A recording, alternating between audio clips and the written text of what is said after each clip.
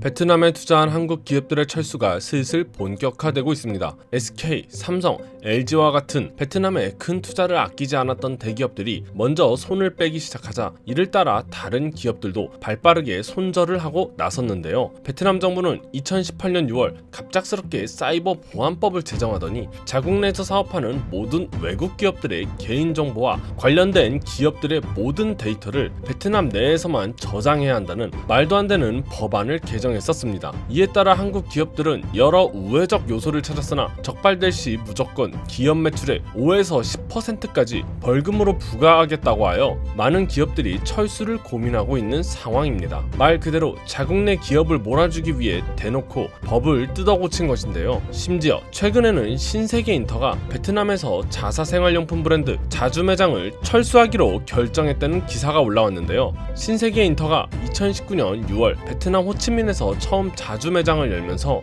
한국 브랜드 선호도가 높은 베트남의 특성을 아주 잘 캐치하여 높은 인기를 구사해왔습니다. 흔히들 동남아의 다이소라 불리울 정도였는데요. 이러한 행보에도 불구하고 결국 베트남의 자국 내 기업 몰아주기 정책으로 인해 철수를 결정하게 되었습니다. 이뿐만이 아닙니다. 이러한 베트남의 자국 내 몰아주기 정책은 과거부터 이어져 왔었는데요. 특히 유통업계에 있는 외국계 기업에 대해 굉장히 배타적으로 규제를 하던 베트남 정부로 인해 10년 동안 안정적으로 확장을 진행하던 롯데마트와 이마트가 베트남에서 동시에 철수하는 일이 벌어지기도 했었습니다. 심지어 이마트 베트남의 지분을 타코라는 베트남의 대표 대기업이 전략적으로 인수를 하여 논란이 되기도 했었는데요. 업계 전문가는 사회주의 국가인 베트남이 자국 내 기업에 힘을 실어주기 위해 외국 기업들을 통제하고 규제하는 것은 다분히 의도적이다. 이로 인해 베트남 내 외국계 자본이 빠르게 빠져나가기 시작하면 베트남이 무너지는 것은 순식간에 일어날 것이다 라며 안타까움을 나타내기도 했습니다. 실제로 베트남 정부와 연계하는 해커 단체가 현대자동차를 포함한 외국계 기업들을 공격하여 기술을 유출시킨 전적도 있었는데요. 미국의 사이버 보안업체 파이어아이의 고위 간부는 최근 한국 대기업들을 상대로 일어나는 사이버 공격은 지적재산을 획득하려는 것이라기보다 회사 운영 정보를 찾아 베트남 정부가 공개적으로 언급한 국내 자동차 제조 목표를 지원하려는 것 같다고 언론에 보도하기도 했습니다. 한편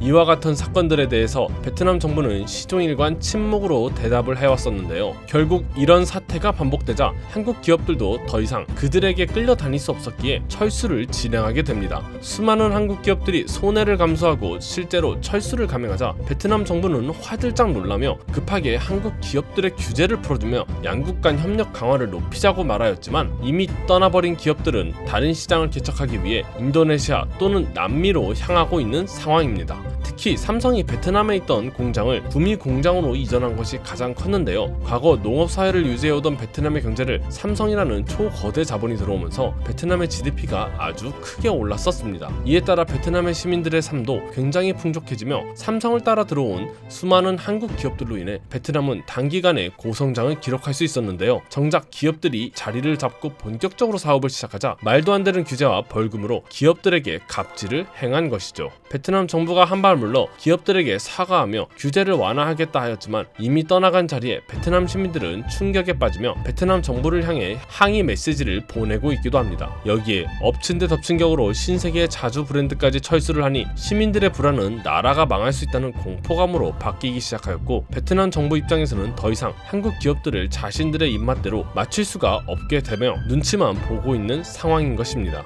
이상 국민투브였습니다. 시청해주셔서 감사합니다.